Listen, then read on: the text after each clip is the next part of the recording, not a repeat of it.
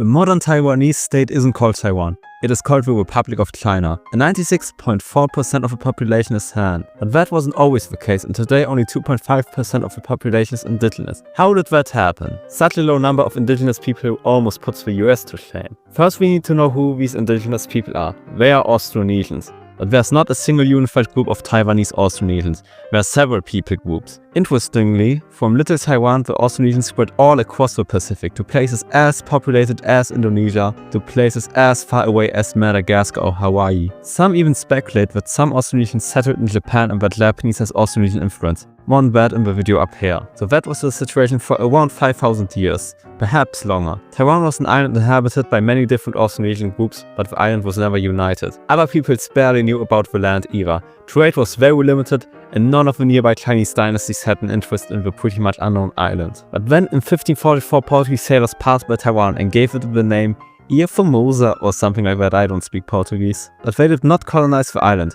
80 years later, in 1624, however, Taiwan was GEKOLONISEERT by the Dutch East Indies Company. Why did the Dutch do that unlike the Portuguese? After all, Taiwan wasn't nearly as rich as India or the East Indies, whereas we historians like to say to cuck the Spanish and Portuguese by restricting their access to that area. Secondly, to be closer to trade with China and Japan. Anyway, they settled here in modern-day Tainan and gave the island its name, Taiwan, which became Taiwan for Mandarin speakers. The operation was actually pretty profitable. They traded sugar, rice, pepper, silk and satin, porcelain, pepper, nutmeg and cinnamon. And cinnamon and pepper are super goated, I gotta say. Now, how did their colony end? China was having a civil war between the Ming and the new Qing dynasty. It was attempting to usurp the mandate of heaven. The Ming were losing, so a pirate and Ming loyalist, Qing, also known as Gung, my pronunciation still sucks, I'm sorry Chinese people, but did it at least slightly improve since the last video on Chinese history? He tried and failed to counter the Qing in the north. So he went south, then further south, and even further south, and then across the ocean in 1661. He took the Dutch by surprise, and by 1662, the Dutch territories were his. He also changed the name of Taiwan to Anqing, created a new kingdom owing allegiance to the southern Ming, the kingdom of Dongning, and then died of malaria. After him, the kingdom held out for 21 years until his grandson surrendered to the Qing. The Qing didn't know what to do with the islands. Some wanted to abandon it, but in the end they incorporated Taiwan instead. However, migration or rather colonization from China to Taiwan was prohibited. Hello? Base Department? But the nearby mainland province of Fujian was in the middle of a severe economic crisis, so many people there ignored that law and went to Taiwan anyway. By the 18th century, Chinese towns emerged, including Taipei. The island was a pretty lawless land. Think Chinese right west, except more corrupt and tropical. Now, the modern history of Taiwan is pretty well known, so I make it super quick. In 1894, the first Sino-Japanese war broke out.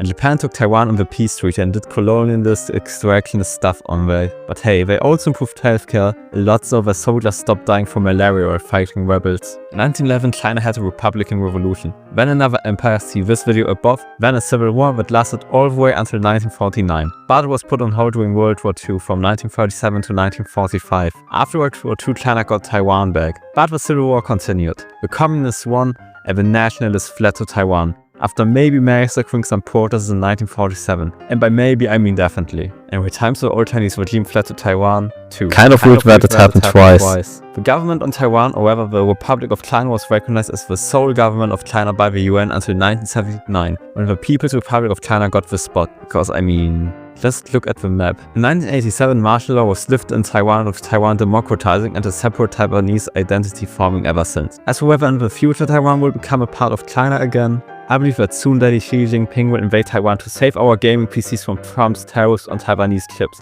Long live the Intel stock for the Americans, and long live the Sino-European alliance for people with real chips. That was not funny. Anyway, thanks for sticking till here. If you're interested in China, you should check out this video about the shortest lived Chinese dynasties. The first imperial dynasty from which China even got its Western name lasted for only 15 years. Did you know? Subscribe for more Sino posting and butler names. Until the next one.